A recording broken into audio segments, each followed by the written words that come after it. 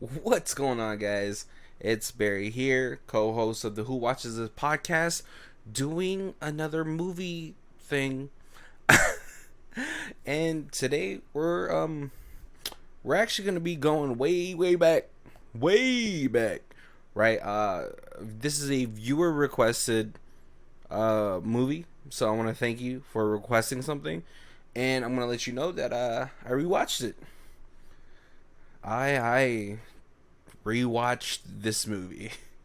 So I have to ask, why do people like 16 Candles? Alright, it's been a very long time since I've gotten to watch 16 Candles, so going back to it in my 30s now has made me really worried.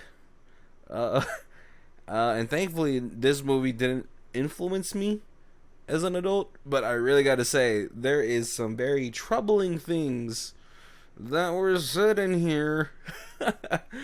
But just to give you a rundown, if you don't know what 16 Candles is, 16 Candles came out in 1984, directed by John Hughes, who owned the coming of age story in the 80s, but I'm going to tell you right now, a lot of these movies that he wrote do not age very well.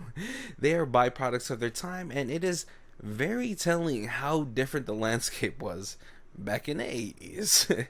So before we get into this video montage that I put together that we can see about the movie, the basic plot of this movie is us following Molly Ringwald's character as she goes through her 16th birthday, which everybody has forgotten because we follow her on the day before her sister's wedding, which I don't understand. Why would you want to do your wedding day right before your sister's 16th birthday?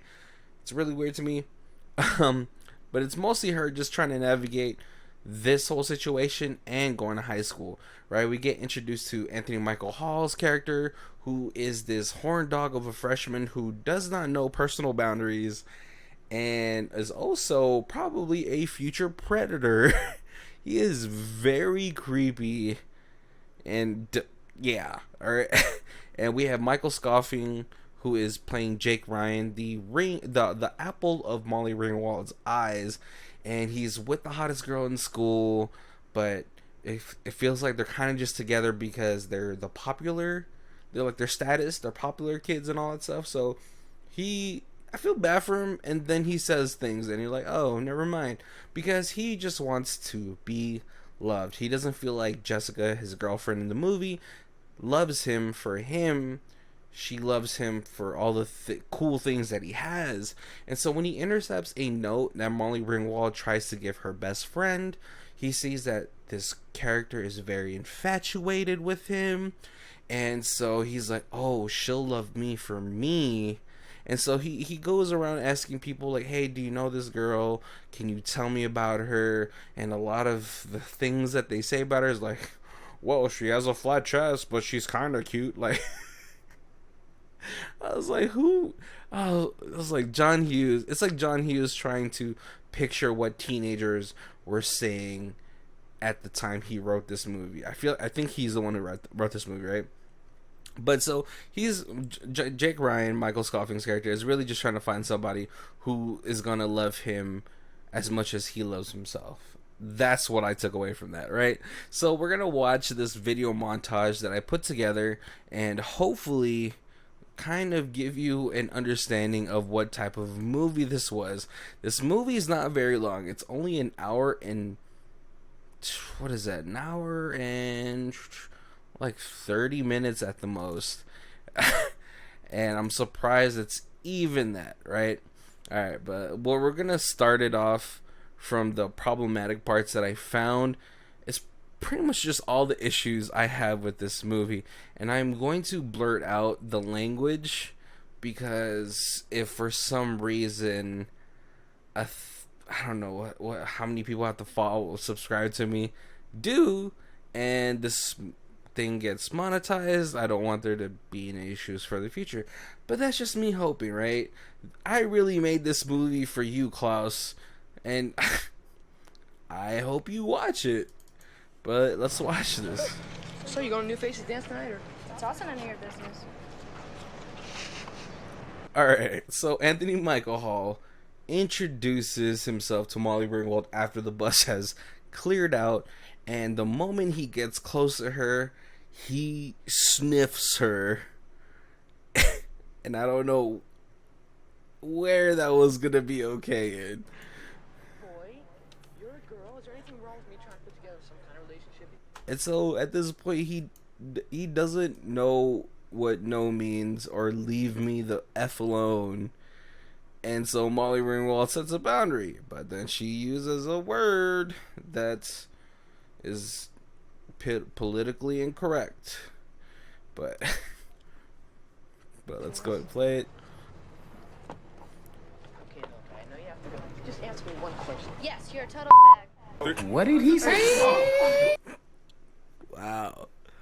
And then they say the word a couple more times, You're right? out of town, okay? You speak English, right? Don't be such faggots. Man, shut up. And red shoes. Alright, this one is I think a lot of people in my age had used growing up, and you know No, he's not retarded. Who's there? Oh. alright, okay, so this isn't this I remember watching these type of movies on Sunday nights. You know, we didn't have cable, so I watched whatever was on TV, and every Sunday night the local channels would have movie nights, and a lot of them played a lot of 80s films, and I did not remember this scene being this creepy with the grandfather. Helen, we've got an owl out here. You know, he makes a grandpa joke, which is fine. Why? No, I am not okay with it. It looks so creepy, and she looks so uncomfortable. Oh, okay. We gotta talk about this, right? I am not mad. Alright, we'd have to talk about this, right? I am not mad at Gary Watanabe for doing this role. You know, it was the 80s. For an Asian actor to be in American media was probably super difficult, and these were the only roles that were allotted to them. And you know, at least it's not yellow face like they did in Breakfast at Tiffany's, I believe, where it was a white actor doing a Chinese like face. But every time he shows up on screen, they do the gong clangs. What's happening, hot stuff? Hot stuff. His name is Long Duck Dong.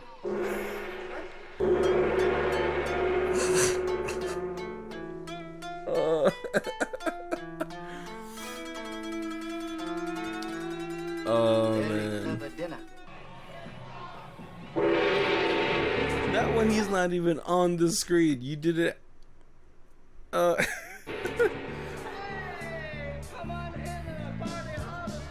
You know, one thing I do gotta say about Long Duck Dong though, right? They could have just took out the duck and just given him the name Long Dong, which would have been awesome, which would have fought stereotypes at the time. But also, I like, at least in this one, he's not this meek Asian dude. He's this party animal that hooks up with like a girl at the dance, and he's crazy, so at least he's not this meek Asian nerd character like the guy they had in Revenge of the Nerds. You know, at the first Revenge of the Nerds, he's like this super geeky Japanese guy. At least Long Dong is super cool-ish. Like he looks like he's fun to be around. No way, Jose! Open the door. You beat up my face! Grab my nuts. I'm not sure that he knows I exist. Okay, so we gotta talk about the sister. She just seems like she'd be a Karen, right? Like Molly Ringwald at this point is trying to have a sister-to-sister talk. She's trying to tell her sister, like, hey, I like this guy, but he doesn't even know me, and she's invalidating all of her feelings. I mean, you know, when you're a teenager, everything feels super serious. And she's just like, I don't have time for your teenager problems. Oh my gosh. Sam. I really don't have time for this. I'm sorry. I was listening to you talk about your boyfriends. Darling, is something bothering? And then I think that's what gaslighting is, right? Like, totally just like, oh, is something bothering you? She just tried to tell you what was bothering her, and then you're like, oh, I don't have time for that. I'm pretty sure that's what I think you can categorize that as gaslighting.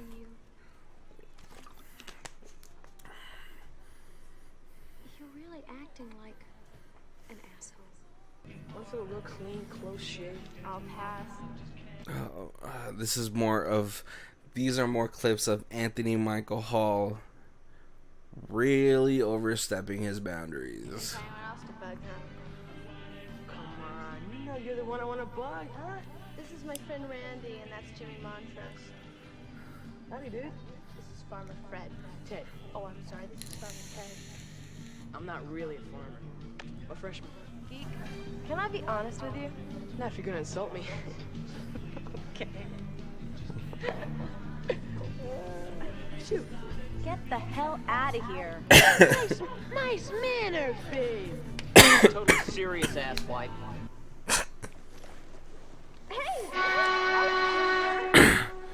Oh gosh. Pardon me.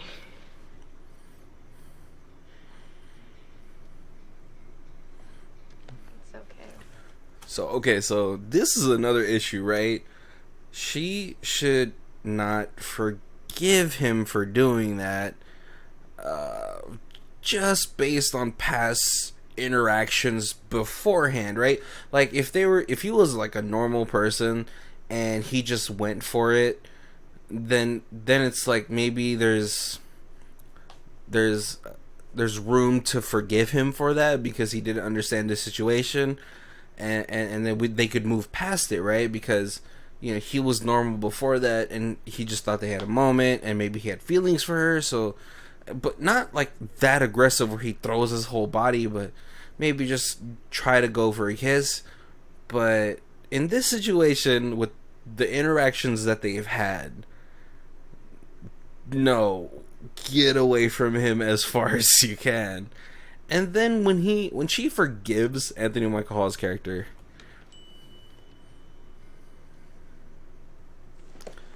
I meant that it's okay. he goes for it I again. didn't mean for you to do it again. Jeez. Samantha, Okay, so this part is actually kind of funny, and it might be relatable, right?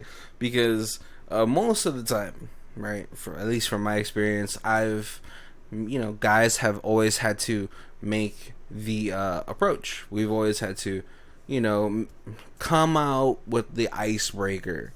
And so I just think it's funny to see it from the girl's point of view. And she goes through a good amount of ranges, and they're all creepy. And then the one she settles on is not the creepiest, but second. how's it going? Do you got a cigarette? You don't look like you smoke cigarettes. Oh, Jake, this may sound incredibly dumb, but I love you and I'll do anything to make you love me. all right, that's the creepiest one. All right, and then the stare, the long stare, I love your shirt. and that's the least creepiest one. And then here's the one she goes Jake, for. you're not gonna believe this, but I had this very bizarre dream and you were in it. I like how she's like, that's the one. I think if I told that to somebody, I think I'd get slapped. 100% I get slapped.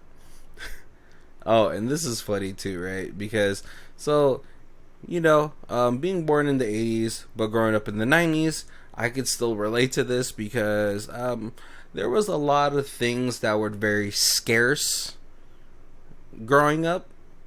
There isn't just videos available in your pocket. And so people used to get excited over some small things. Go for it. Like this.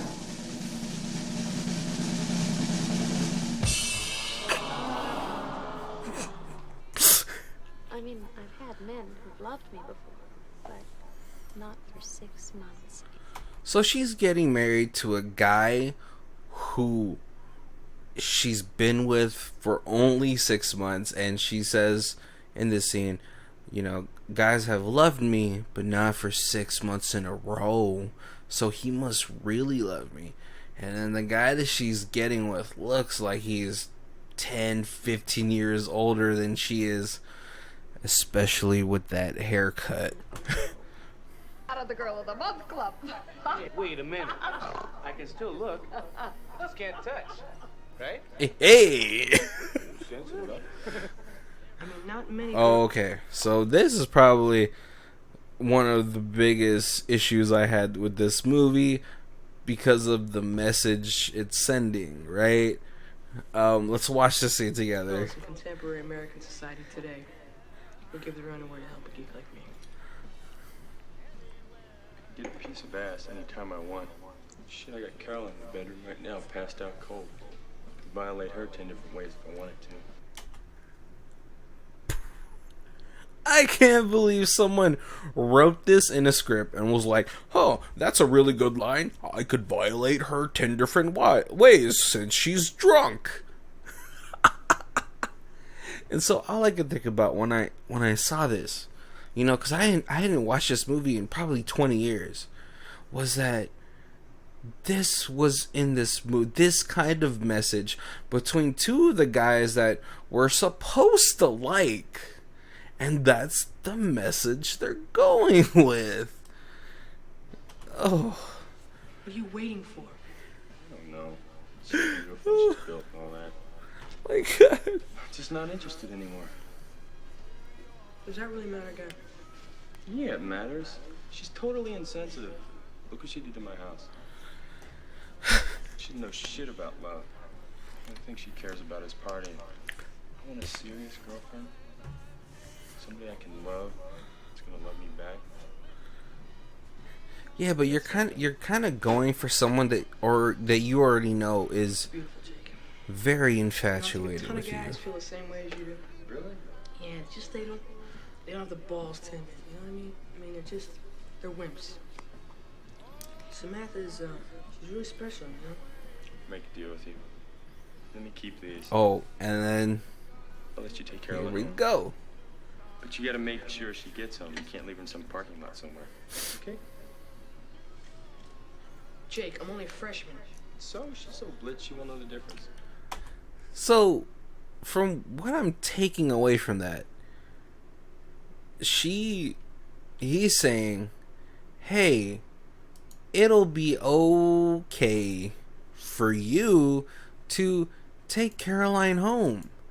And I am presuming from that sentence, she's so blitz she won't know the difference, is that Anthony Michael Hall's character is going to have intercourse with her while she is shit face drunk.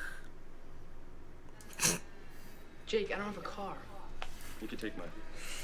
Jake, I don't have a license. Oh my gosh. And when you think Anthony Michael Hall's character has like some Jake, I'd love to. standards, right? You sure? Positive. Thanks, Carol. Don't be such a fool. Second thought. I love you. Oh my god. This is getting good. No, it's not Anthony Michael Hall. Oh, and then he takes this drunk girl to a very young John Cusack and his friend's house to get a photo so everyone will believe they've done stuff. I'm pretty sure that this is the start of the plot line of 13 Reasons Why. Oh, Victor. Cheers. Last night at the dance, my little brother paid $1 to see your underwear. Alright, but what'd you think? Come on, Molly Ringwald. What'd you think was gonna happen when you gave Anthony Michael Hall your underwear? Oh, what else was he gonna do about that? You know, of course he's gonna show all his friends that. Like, He's already just demonstrated that he's been a creep this entire time. Hate that rock and roll. And so we're getting really to the end of it, and At this point, anything's possible. you know, they've waken up the next day, and Jessica is like, "Yeah, we did it." And Yeah. I'm pretty sure. is kind of way too calm about this whole situation. Do you know if did I enjoy it? I do like that though. She like when Anthony Michael asks like, "Did you enjoy it? Did I enjoy it?" She's like, "I mean, it is me." So I mean, what I meant was, did you?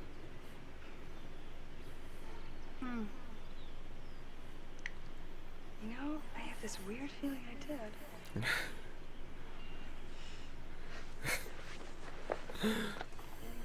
I never went out with a freshman. Not even when I was a freshman. Me either. I think a lot of girls do in their freshman year. I was?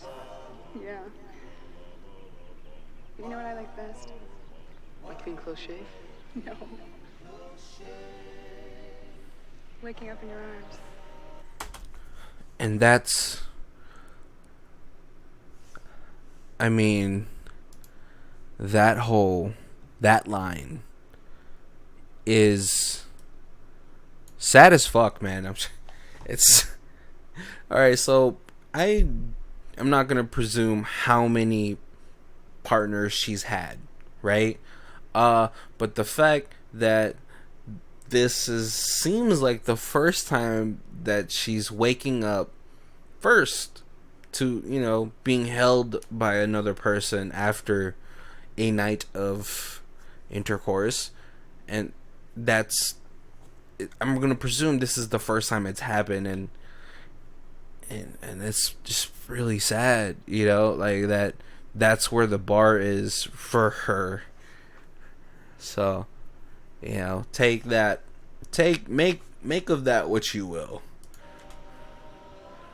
These things?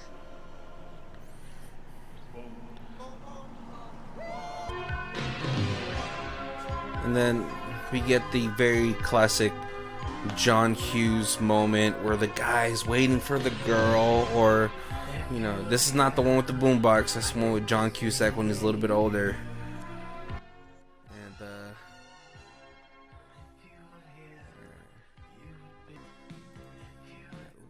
gotta take out the music for this one, you know, just because of copyrights. And then this is the famous scene right here of them kissing and celebrating her birthday that her entire family forgot about. And I'm just gonna end it right there. But yeah, not as good as a movie as I remembered it to be.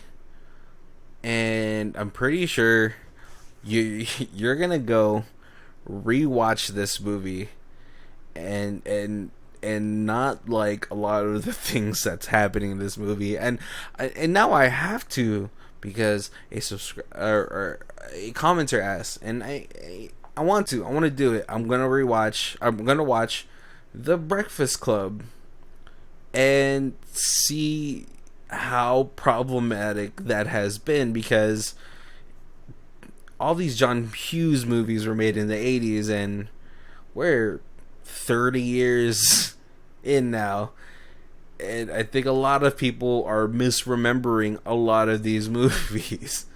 So I hope you guys enjoyed this episode, and let me know what you guys think about this movie, because it is a hot mess.